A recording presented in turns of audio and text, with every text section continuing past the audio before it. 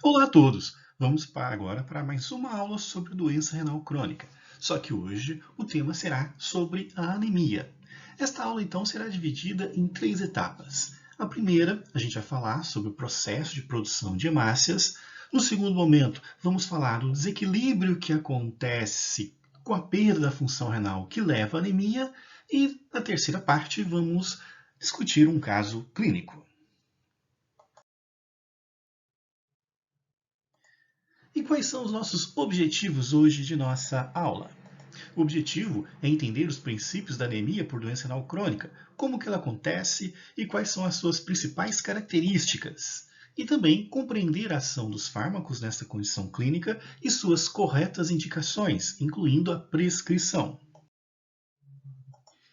Bom, são muitos detalhes que envolvem a questão da anemia em doença renal crônica. Vou pedir para vocês que tenham sempre por perto um papel e uma caneta para anotar algumas informações do passo a passo que eu vou estar passando, explicando o processo de formação de hemácias normal e depois o que acontece quando há um comprometimento na produção da eritropoetina devido a um problema renal.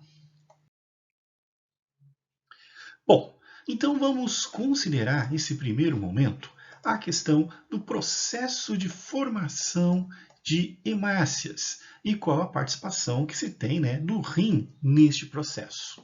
Bom, então a primeira coisa que eu gostaria que vocês ficassem atentos diz respeito ao processo de obtenção de ferro para a formação das hemácias. Lembrando que a hemoglobina tem na sua constituição, um átomo de ferro presente. Bom, para que isso aconteça, então, anotem aí o processo A de obtenção de ferro. Qual que é esse processo A de obtenção de ferro? O ferro que vem da nossa dieta, aquele que vem dos alimentos. Então, o que acontece? Esse processo A de obtenção de ferro se dá através da ingestão de ferro que a gente faz, e a entrada de ferro no nosso organismo e o seu transporte se dá devido a uma importante proteína chamada transferrina. Transferrina, então, se liga ao ferro e faz os transportes pelo nosso organismo, inclusive levando até a medula óssea, onde será, então, iniciado o processo de formação da hemoglobina e das hemácias. Mas essa não é a única fonte que nós temos de ferro no nosso organismo. Temos também o processo B. Qual que é o processo B? Vamos pensar naquelas hemácias que já estão velhas e estão já entrando em estado de apoptose. O que acontece? Quando elas sofrem então a sua degradação, acontece a liberação do ferro que constituía as hemoglobinas na sua estrutura. Desta forma, o que vai acontecer também? Este ferro fica livre. E uma vez que o ferro fica livre, ele se encontra a transferrina e vai ter qual destino? Vai ter o destino de um reaproveitamento. Também é levado à medula óssea para a formação de novas hemoglobinas. Bom, uma vez então que o ferro chega então à medula óssea, o que acontece? Nos rins acontece a liberação da eritropoetina, e a eritropoetina, então, vai ser o hormônio responsável pela formação de novas hemácias, que tem na sua constituição a hemoglobina com o átomo de ferro presente. E assim, então, temos garantido o quê? O processo atribuído às hemácias, principalmente a questão do transporte de oxigênio para os tecidos. Então, assim, nós temos toda esta situação. Porém, o que pode acontecer? Pode ser que nem todo o ferro seja aproveitado. Parte do ferro pode ser que não tenha destinação da formação de hemoglobina por um excesso da quantidade de ferro, por exemplo. Nesses casos, o que acontece? Também a transferrina é responsável de levar este ferro excedente, então, para ser armazenado no fígado juntamente com a ferritina. E temos, a partir de então, o quê? Um estoque de ferro para ser usado nos momentos onde possa ocorrer baixa quantidade de ferro no sangue e desta forma manter um equilíbrio e um armazenamento deste importante elemento químico para o nosso organismo. Então nós temos participação de importantes proteínas, como a transferrina e as ferritinas, durante todo este processo. Bom, o que temos agora? Vamos pensar na seguinte situação que eu gostaria que vocês anotassem também.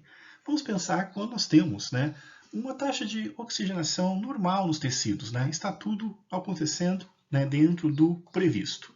Então você tem um aporte adequado de oxigênio no seu organismo. E o que isso significa? Significa que esse aporte adequado vai gerar alguns reflexos no nosso organismo, como, por exemplo, né, a questão de não ser necessário, então, um número excessivo de hemácias. Então, estamos no aporte adequado de oxigênio, vamos manter, então, tudo dentro da normalidade, sem precisar ter excesso de hemácias.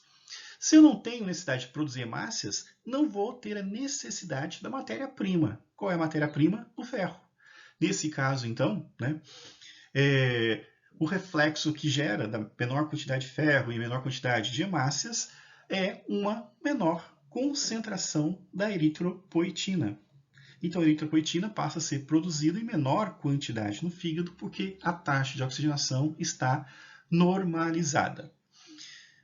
E isso traz reflexos. Que reflexos, né? Uma menor quantidade, então, de eritropoetina significa que não estou precisando produzir hemácias e, consequentemente, não preciso da sua matéria-prima. Quem é a sua matéria-prima? Ferro. Não preciso, então, ter excesso de ferro no meu organismo. O que acontece? A transferrina no intestino tem uma redução na sua quantidade. Eu passo, então, a absorver menos ferro, porque não estou precisando, porque minhas hemácias estão em números suficientes, e eu não posso ter excesso desse íon circulando no meu sangue. Isso pode ser tóxico. Então, existe uma regulação, né, entre esses dois compostos. Então, à medida que a eritropoetina reduz a sua quantidade, porque não preciso de células, também vou reduzir o aporte da matéria-prima da hemoglobina, que constituem as hemácias. Então, consequentemente, a transferrina cai em quantidade. Daí, o que nós temos? Né? Temos, então, né, uma menor concentração de transferrina circulante. Então, apenas recapitulando, quando a taxa de oxigênio está normal ou até um pouco elevada, indica que eu não preciso mais ter hemácias sendo produzidas na velocidade que estava sendo produzida. Então, o que acontece? Meu rim, percebendo isso, leva a uma produção diminuída da eritropoetina, para que então não tenha formação de células, porque estão em número suficiente. A redução do número de eritropoetina é um indicativo que eu não preciso da matéria-prima para fazer hemoglobina constituinte das hemácias. Consequência disso, eu vou absorver menos ferro, porque eu não posso ter muito ferro circulante, né? Até porque a capacidade, né, que eu tenho de estocar o ferro também é limitada no fígado. Bom, então, o que nós temos, né? Considerando então a taxa elevada de oxigênio, teríamos esse processo, né? Teríamos então, né, uma situação de não precisar formar hemácias e significa que quando o oxigênio então está em taxas, né, aceitáveis no transporte, a eritropoetina então vai ter uma queda na sua produção, né? Os rins então vão produzir, liberar menos eritropoetina, e também vou precisar de menos matéria-prima. Então não faz sentido eu ficar colocando muito ferro dentro do meu organismo, sendo que o estoque na ferritina já deve estar lotado, e eu não vou aproveitar o ferro formando novas hemácias. Ele ficará circulando no meu sangue, o que não é uma condição boa em termos clínicos. Então a transferrina também cai, né? E o ferro sérico e a ferritina se mantêm, então, né, nos níveis esperados, né, dentro da normalidade. O que nós temos, então, de importante nestas observações? Que a eritropoetina, então, ela regula a quantidade de transferrina, né? Elas têm, então, uma ação de proporcionalidade. Menor quantidade de eritropoetina em função da normalidade do transporte de oxigênio leva a uma redução na quantidade de transferrina. E ainda é importante lembrar que eu posso fazer essa relação entre a quantidade de ferro e a quantidade de transferrina, que também segue uma certa proporcionalidade. Se eu tenho, então, menor quantidade de necessidade de transferrina, deverei ter, então, menor quantidade de ferro circulante, né? Não posso ter excesso de ferro no meu sangue. Então, quem acaba regulando a quantidade de ferro no meu sangue acaba sendo a própria transferrina nesse processo de regulação anteriormente citado. Esta relação tem um nome e a gente chama de saturação de transferrina.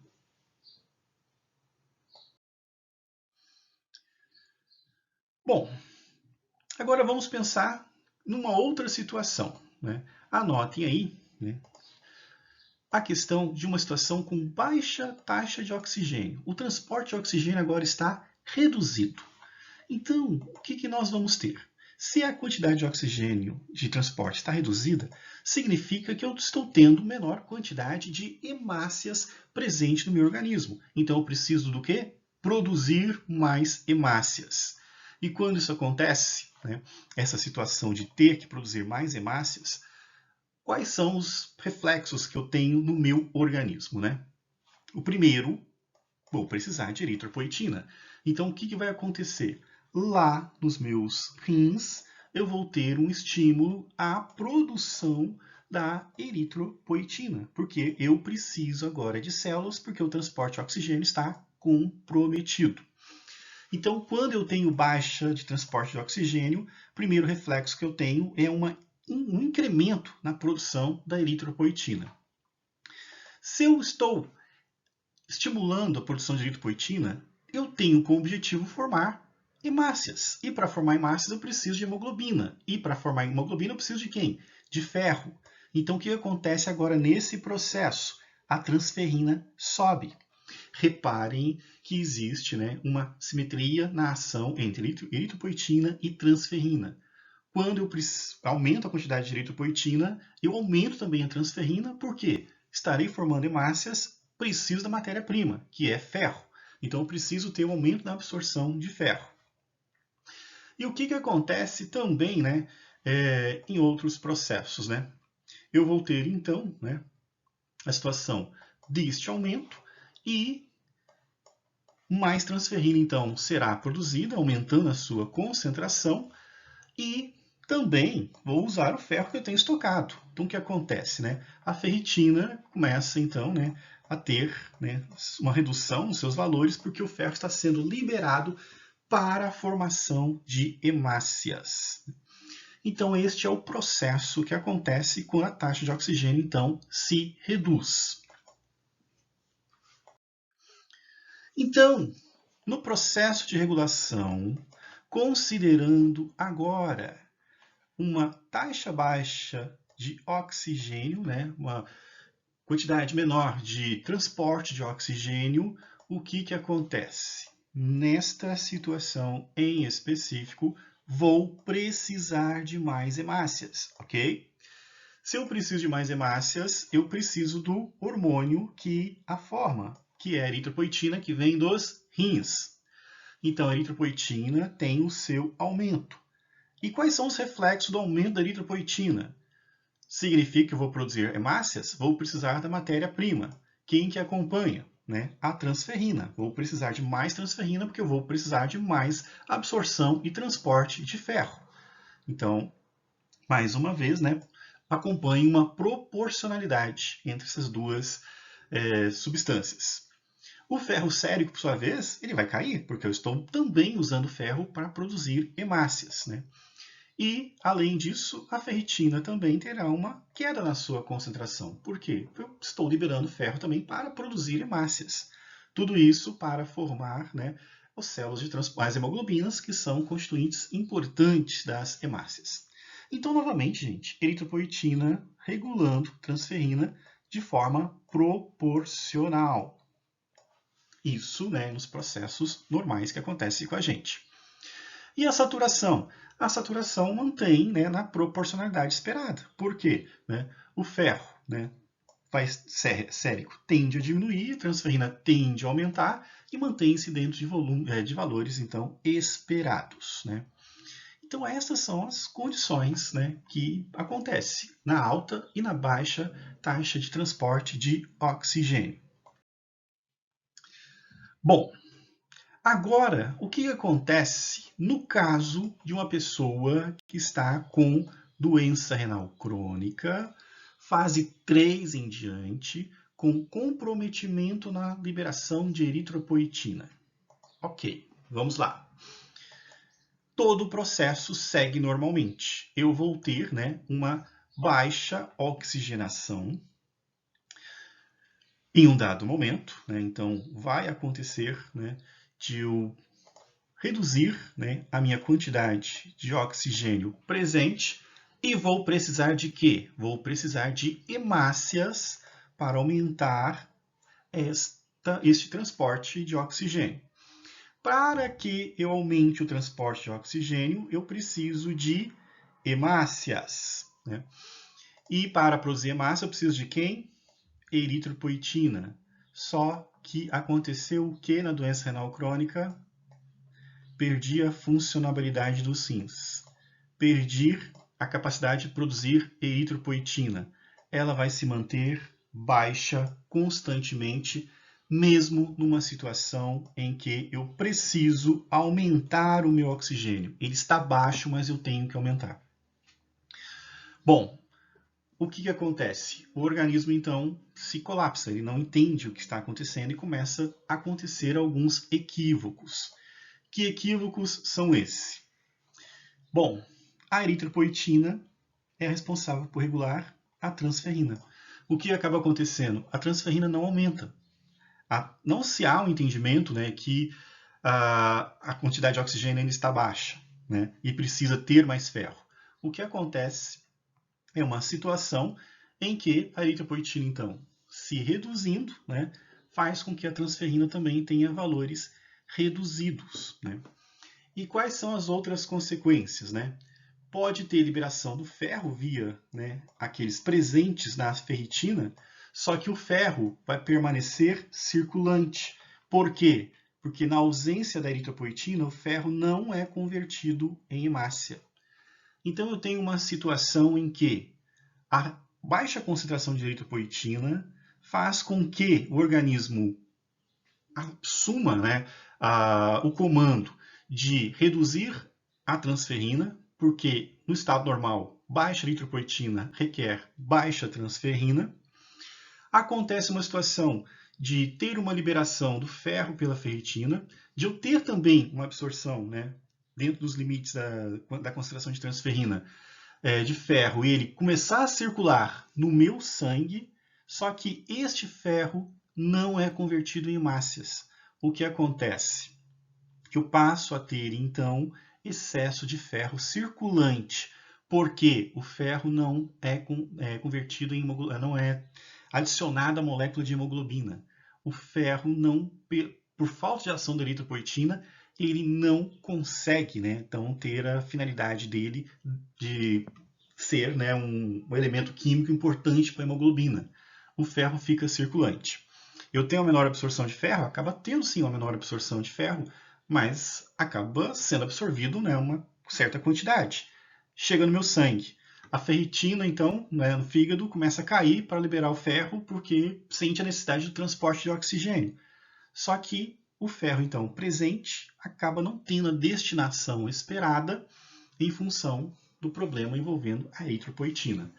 Aí, então, o resultado de tudo é uma menor formação de hemácias, não pela questão do ferro, mas pela questão da eritropoetina.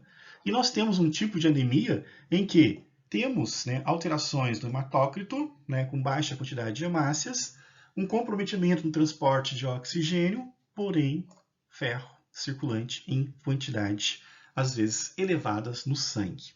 Então é um tipo de anemia, né, que requer tratamentos, né, diferenciados, né, diferente de uma anemia ferropriva, que é aquela que você tem produção menor de hemácias porque você tem menos ferro. Bom, então esta é a situação que nós temos, né? Uma situação, então, de menos hemácias, porque temos menos eritropoetina, menos quantidade de eritropoetina faz com que eu tenha menos transferrina. Dentro dessa situação, o ferro que é absorvido ou o ferro que é liberado do estoque fica circulante, não é aproveitado e, como resultado, acabo tendo uma anemia.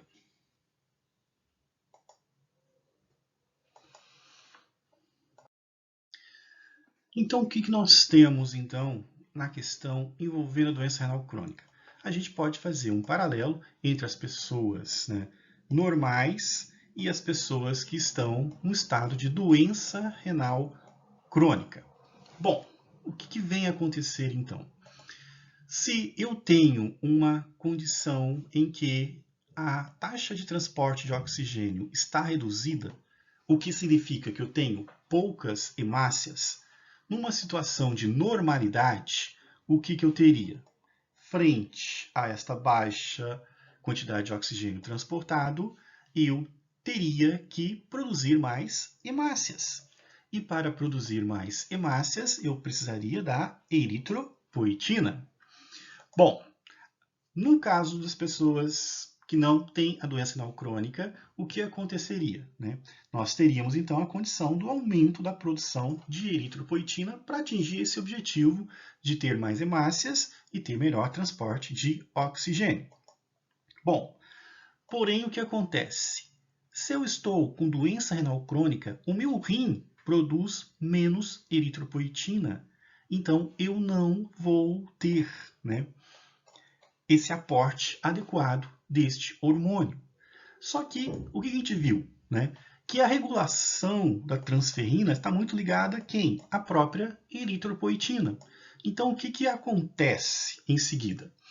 Num processo normal, você teria aumento da transferrina, só que como a eritropoetina se mantém sempre baixa, você vai ter o quê? Você vai ter uma redução na concentração da transferrina também.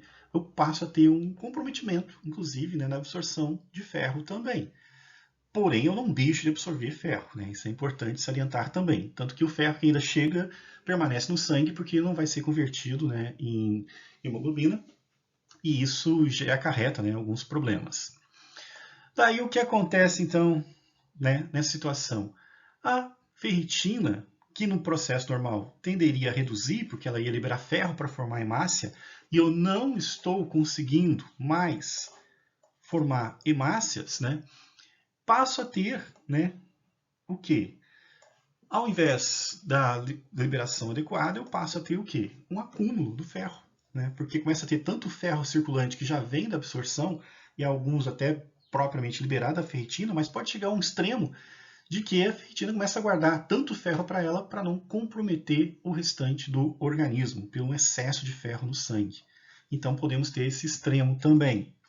E o ferro sérico, por sua vez, vai ficar em quantidades elevadas, mesmo com uma absorção aquém daquela que se desejaria, mas como ele não tem destino, né, ele fica circulante no sangue e isso aumenta as suas concentrações. Então o que nós temos? Né? Mais transferrina, menos ferro estocado em ferritina. Ou melhor dizendo, né, nós passamos a ter, né, na verdade, menos transferrina. Só corrigindo aqui. Bom, isso vai afetar, obviamente, o hematócrito. Né? E o que acontece? As pessoas, então, terão uma anemia, né, determinada pelo exame. E outra situação que vai acontecer é o seguinte, eu vou ter um desequilíbrio nessa relação do ferro sérico com a transferrina. Por quê? Porque o ferro tende a aumentar muito e a transferrina a reduzir muito. E os valores, né, da saturação de transferrina ficam incrivelmente elevados, né, indicando, né, um risco até de intoxicação por ferro em algumas situações. Né. Então, também, né, só lembrando aqui, que eu passo a ter, então, né, menos ferro estocado, mais ferro estocado, ferro sérico aumentado, transferina reduzida e a eritropoetina que, né, não tem como alterar porque o rim, né, está comprometido e não consegue liberar. Então o fato, né, de ter uma alteração na concentração da eritropoetina afeta todos os demais elementos responsáveis pela formação da hemácia, gerando esse desequilíbrio que tem como um dos resultados a questão da anemia por doença renal crônica. Bom, vamos ver isso um pouco na prática agora. Vamos fazer um estudo clínico. Vamos pegar essa seguinte prescrição. Essa prescrição, ela contém, então, eritropoetina. É de um paciente com anemia e doença renal crônica. E qual é o objetivo aqui? Repor a eritropoetina para reverter aqueles problemas que a gente acabou de citar. E também hidróxido de ferro endovenoso. Reparem que é endovenoso por quê? Porque no caso que a gente acabou de ver, né, a transferrina fica reduzida. Então, pode acontecer até mesmo um comprometimento, né, do aporte de ferro em algumas situações em que o paciente precisa, né, ter ferro endovenoso. Só que esse paciente já estava em tratamento e o médico quer fazer uma alteração. Ele quer passar de 2 ampolas para 4 ampolas do ferro. Ele quer aumentar a quantidade de ferro que o paciente utiliza. Para a gente saber se isso está coerente ou não, precisamos ver os exames, né? Lembrando sempre que nessa condição que o paciente está, o quê? A eritropoetina dele está baixa, o que então justifica, né, a prescrição deste medicamento. A transferrina também, né, está numa concentração talvez tão baixa, né, que ele não consegue nem absorver o ferro, o que justifica esta escolha, inclusive, né, da via de administração. Aqui seria o laudo da solicitação trimestral. E vamos, então, aos exames, né? Alguns exames, só para constar, né, questão do diagnóstico, né? Realmente, paciente com uma considerável alteração, né, na sua doença renal crônica.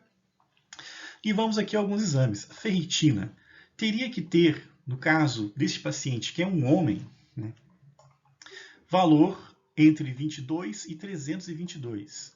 O valor que ele apresenta em seu exame é mais de 1000. Então, nós temos a situação que o paciente tem bastante ferro, né, estocado no seu fígado. Analisando o hematócrito, a gente vê que ele está fora da faixa da normalidade e a hemoglobina também abaixo da faixa de normalidade. Temos, então, um caso, até aqui, de uma anemia estabelecida e uma situação onde o paciente está com bastante ferro estocado. Então, só recordando, né, que a ferritina tende a ter valores elevados, né, durante alguns processos de doença renal crônica. E o ferro sérico também tende a ficar elevado. Por quê? Porque o ferro sérico ele está circulante, né, por não ter o seu destino levado, né, adiante, porque não tem eritropoetina. E a ferritina se mantém elevada justamente para não colaborar, né, com esse aumento excessivo de ferro que pode se tornar até perigoso para o paciente. Mas vamos ver a questão então do ferro, né? Como seria o exame de ferro então deste paciente? O que a gente observa aqui, né, é que, né, o ferro total, a referência no exame que foi feito pelo laboratório desse paciente, estaria entre 50 a 150. E o que a gente observa no resultado? Ferro total do paciente, 225, bem elevado e bem fora da faixa esperada. E a questão, né, da saturação de transferrina, que seria aquela questão da relação do ferro sérico com a transferrina. Provavelmente a transferrina deve estar realmente baixa nesse paciente. E o que a gente observa, né? A saturação de transferrina deveria dar entre 250 e 410. Né? O paciente está com 415, né? Um valor um pouquinho acima do esperado. Então, nós temos agora, né, algumas informações, né, interessantes e importantes com relação a este paciente. E o que a gente já pode concluir? Né? Que ele tem bastante ferro circulante, que a taxa de saturação de transferrina, né, está pouco acima do esperado, então não está dentro, né, ainda da normalidade, e que, né, a anemia dele encontra-se, né, estabelecida pelos exames que a gente viu anteriormente. Diante disso, a questão que fica é: o paciente precisa de mais ferro, como foi indicado pelo médico, considerando os exames? Se a gente levar em consideração o valor elevado do ferro sérico e o valor um pouco acima da saturação de transferrina, nós podemos concluir que ele não está precisando de ferro. Tem ferro circulante. O que realmente está alterado nele é a quantidade da eritropoetina, que precisa ser ajustada para reverter a sua anemia. Então seria um caso de uma prescrição que não estaria adequada frente aos exames apresentados. Bom, assim então encerramos nossa aula. Então, o objetivo era mostrar os princípios da anemia. Então, nós mostramos a questão, né, do papel da eritropoetina, dos reflexos que tem, né, nos das proteínas relacionadas ao ferro e também, né, a ação dos fármacos. Então, a eritropoetina tem simplesmente a função de repor a eritropoetina que não está sendo produzida, numa tentativa de normalizar a produção de hemácias, e também o ferro pode ser indicado, mas o ferro tem que ser indicado naquelas situações onde eu tenho realmente um grande comprometimento da questão da transferrina, que é expresso por um valor muito elevado da saturação, coisa que não era, né, muito evidente nesse paciente. Aliás, esse paciente tinha bastante ferro circulante ainda, o que não tinha era hormônio suficiente para a conversão, né, e formação da hemoglobina. Ok? Então, este era o tema da aula de hoje. Qualquer dúvida, né, entre em contato e verifiquem se no ambiente virtual não tem algum exercício para ser feito. Obrigado e até a próxima.